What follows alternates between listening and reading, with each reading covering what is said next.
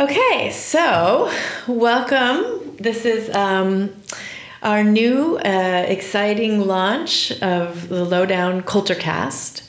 And we are featuring people that are contributing to the culture here on the Lower East Side, and specifically that, you know, are doing some things to help change the culture in all different aspects, whatever that might mean. And we're here at P&T Knitwear in their lovely community podcast booth. And I'm here now with Natalie Kates, gallery owner, curator, and style curator as well, which we'll talk about, who recently opened a new gallery down here on the Lower East Side. And I was reading, Natalie, that you consider it a nomadic artist in residence. That's what you guys are working on, featuring different artists, but in a residency. And what do you mean by nomadic? Well, before we opened up our brick and mortar, which we officially opened March 2022, during the pandemic, we had to be nomadic. So we moved around in various locations, New York, Pennsylvania, Connecticut. And by moving around, we were able to help artists who, because of the pandemic, had shows that were furloughed, that were canceled, sales that were canceled, losing their studios because landlords weren't willing to compromise on, their rents during these challenging times.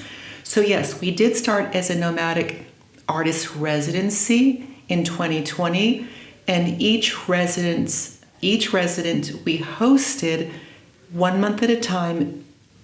At the end of their stay, it culminated into an exhibition.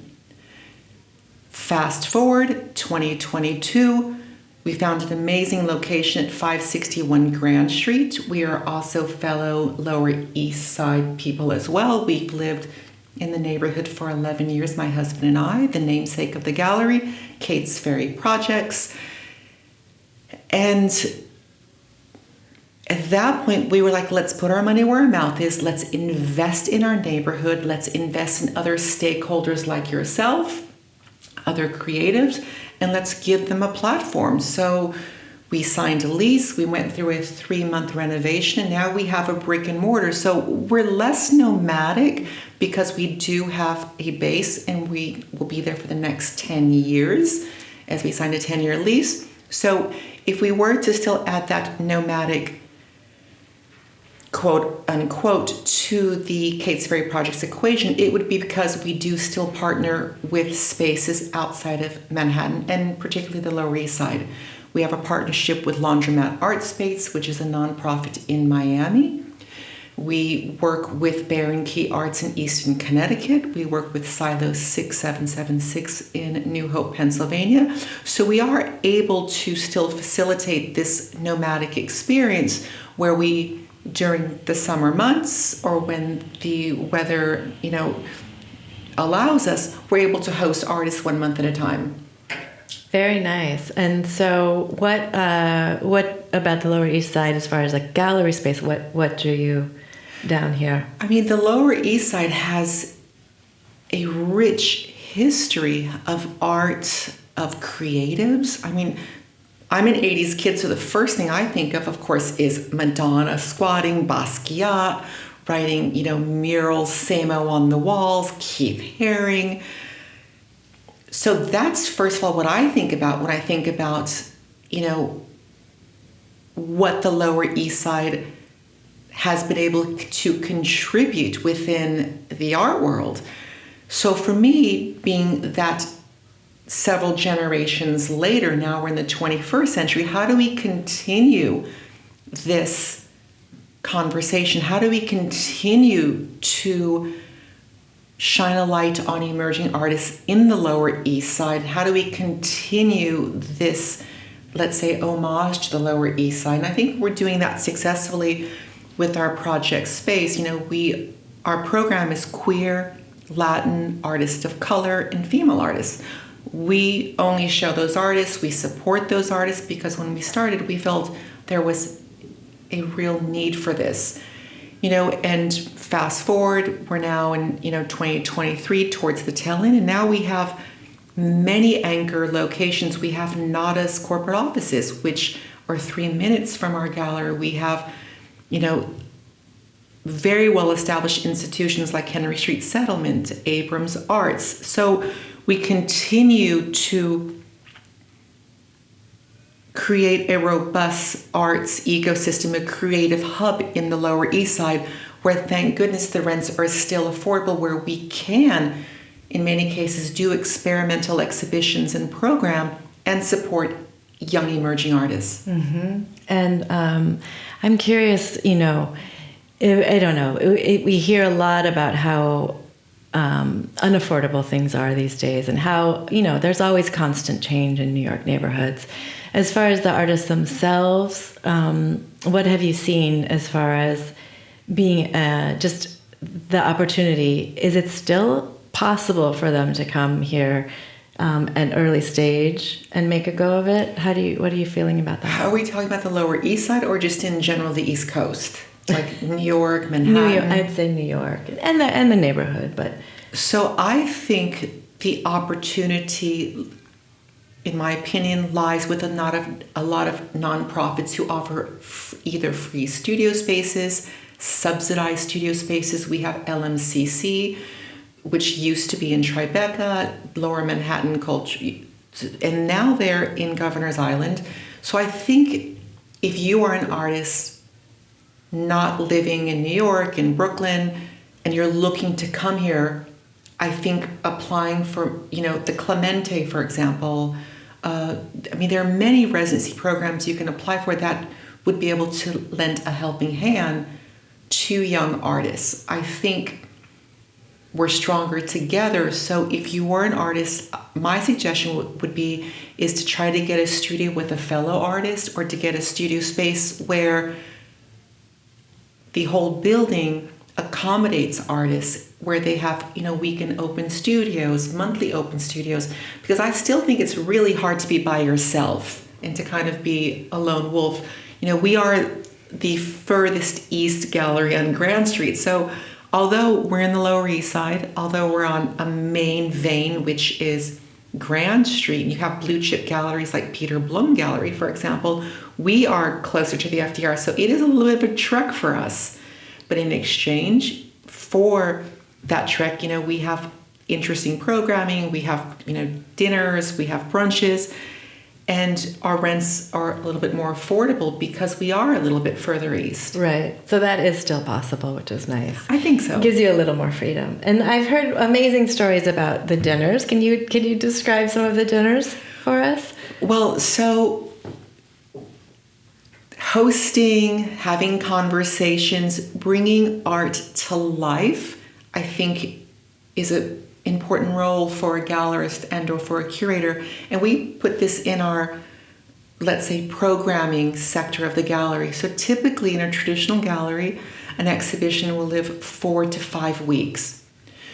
But you have the most attendees at an opening. But how do you seize a 1 month long exhibition? And to me, the answer is programming. Whether it's a dinner party, whether it's a panel discussion or a performance. So I guess to better answer your question, every artist exhibition we have, we do a very deep diagnostic with that artist. We talk about, for example, where are you from? Where does food fit in culturally for you? Where does food and beverage fit into your idea of your output as an artist? So, we had one amazing artist last September, Damian Davis, who is a queer artist of color. And for him, we hosted a dinner party, and we made sure that we hired other young Black entrepreneurs and wine vendors and to make sure that he was also serving that community. We also have another amazing artist, CJ Chueca, who currently has a show at the Sugar Hill Museum. She's from Lima, Peru. And we had, a chef come in to do Peruvian food and Peruvian cocktails. So to have a dinner party for the sake of having a dinner party, I'm not interested in that. I'm interested in having something more robust where we can have a conversation on also what is hanging on the wall and to create an experience. I mean, this really sounds a lot like, much more than just putting up a show. It sounds like community building and very much like cultural engagement around the artist and the work. I think you have to, and as a young gallerist and as we champion emerging artists, I also feel it's our responsibility for anyone coming in that door, if they'd like to learn more about the art, to be able to give them a deep dive, to say to anyone that comes in, if they have questions, what is it I'm looking at? Because I'm constantly asking that question, what is it I'm looking at? And what I'm looking at should reflect the views, whether political, personal, sexual, experiential. What we're looking at should be that experience manifested through the artist's personal lens. I think it's super important. So for us, every artist we show, there has to be a deeper meaning than just beautiful aesthetic pictures on the walls that would match your blue couch because the painting has blue in it. I'm not interested in decorative arts. I'm interested in things that talk about the times we live in and talk about important issues. And in many cases, these issues, artists feel that responsibility to bring these issues to the forefront. So they do have a real kind of a social purpose, more of a purpose and a responsibility as well. The first year that we opened our gallery, what I found interesting is many of the residents of the Lower East Side, the first question they would ask is, does it cost to come into the gallery? Really? And I found that surprising because, yes, museums typically have, a suggested fee, or there is a cover to come into museums. So I love providing something for our community that is free and that could be interesting and that could give some life to the neighborhood. And where you're not, it's not a transactional relationship. You can come in and experience something. Yeah. And I think that's important. Yeah, of course. And I think more than ever, it's something that's very valuable. And I think post-pandemic, we're all just trying to, reconnect, really, and figure out how to move forward in a way that's not so digitized and isolated, for sure. So I think that's a great gift that you're offering. And how about the road? That sort of led you here. I know you started your own company before this. So the umbrella, my whole umbrella is under Style Curator Incorporated. Over 20 years ago, I started to see this awakening happening on the streets. I started to see street artists, creating and making social commentaries on, where we were politically. I mean, at that time, we were in the Bush administration. And right now it's passé to think that, we were very early supporters of like Shepard Fairey, Swoon, Banksy. I mean, these are all household names now. But I really got my start in street art because when you were walking on the streets, you had access to art outside of a traditional brick and mortar environment. And I think street artists were also putting a mirror in the faces of the gallery system, the museum system, and walking into a gallery and feeling like everything was not obtainable and not having a receptionist speak to you or talk to you. So I started my career giving lots of exhibitions to street artists. And as the years evolved, and as many of these street artists, are now famous, are now blue chip artists with blue chip galleries, I then started to see the next movement happening. Black Lives Matter was happening, women's reproductive rights, the Me Too movement. So I was looking again at things that were happening politically and finding my tribe of artists who can talk about those things. And you know, if we're going to talk about female issues, who better than it would be a female artist? I'm not interested in having a man talk about female issues. Black Lives Matter, if we're talking about black rights and civil rights, you can't have a Caucasian or a white male talking about these experiences through their lens. It's inauthentic. So I'm interested in authentic experience. I'm also interested in having artists really give us a mirror and say to us creatively and ask questions. And this is not about, you know, things that are political on what side of, you know, the blue or the red or in the middle where you sit politically. I think everybody strives for a better life to hopefully understand the world we're living in. And I think artists could be that conduit for us. Sure. I mean, I think, you know, just inviting more people to the table, you know, you can never go wrong in that sense. They just haven't been invited to the table, so it's about time. So we're creating our own table, so to speak. Right. Literally, too. Absolutely. Yeah. And do you feel that there has been a shift? I mean, I know you're doing all your part in a huge way, but in general and sort of the broader picture, are you feeling shifts? I absolutely do. I mean, you're looking now at museums, you're looking at curators. The one positive thing about the cancel culture we're living in is everybody's being held accountable. Blue chip galleries, museums are all being held accountable.